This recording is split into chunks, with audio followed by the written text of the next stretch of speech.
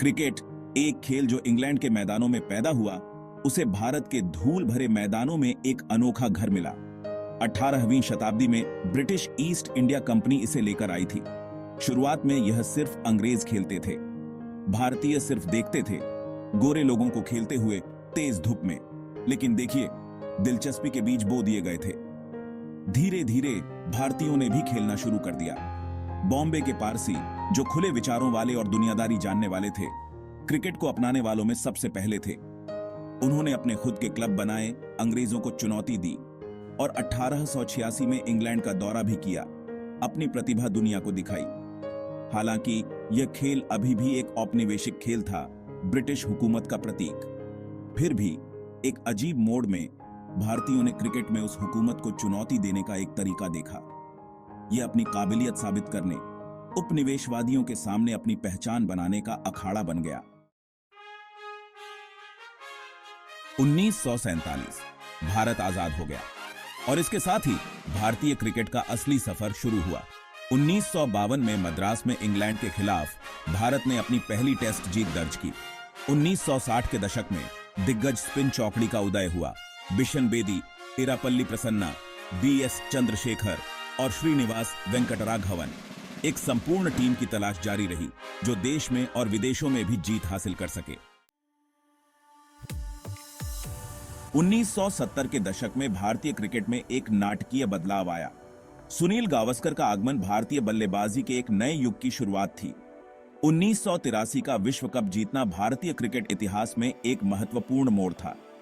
करिश्माई कपिल देव के नेतृत्व में टीम ने प्रतिष्ठित ट्रॉफी अपने नाम की। 1980 के दशक के अंत में सचिन तेंदुलकर का उदय हुआ। तेंदुलकर की बल्लेबाजी ने पूरे देश को मंत्रमुग्ध कर दिया। 1990 का दशक भारतीय क्रिकेट के लिए बदलाव का दौर था।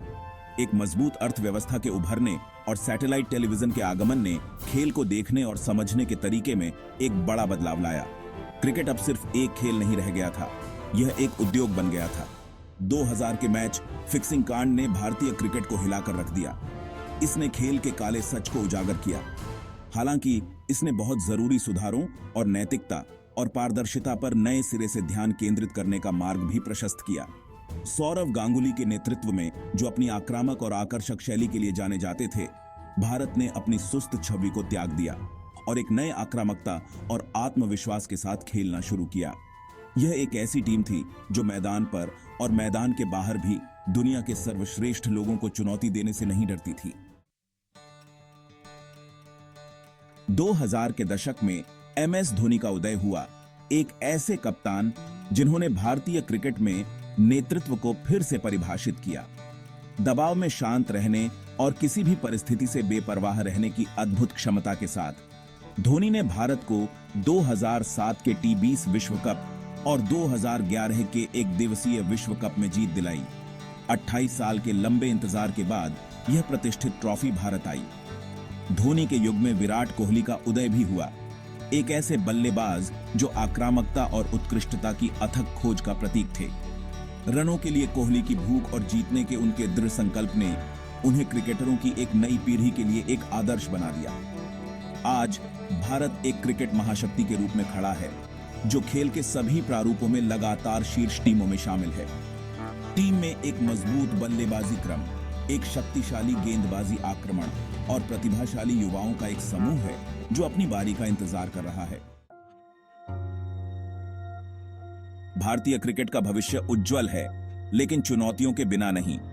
सभी प्रारूपों में निरंतरता बनाए रखना, युवा प्रतिभाओं को निखारना और विश्व क्रिकेट के बदलते परिदृश्य के अनुकूल होना कुछ प्रमुख चुनौतियां हैं जो आगे हैं। दुनिया भर में फ्रेंचाइजी आधारित टी20 लीग के उदय ने खेल में एक नया आयाम जोड़ा है, जिससे खिलाड़ियों को आकर्षक अवसर मिले हैं, लेकिन साथ ही खिलाड़ियों के काम के बोझ और द्विपक्षीय क्रिकेट के भविष्य के बारे में भी चिंताएं बाज गई हैं। फिर भी इन चुनौतियों के बीच भारतीय क्रिकेट फलता फूलता रहता है।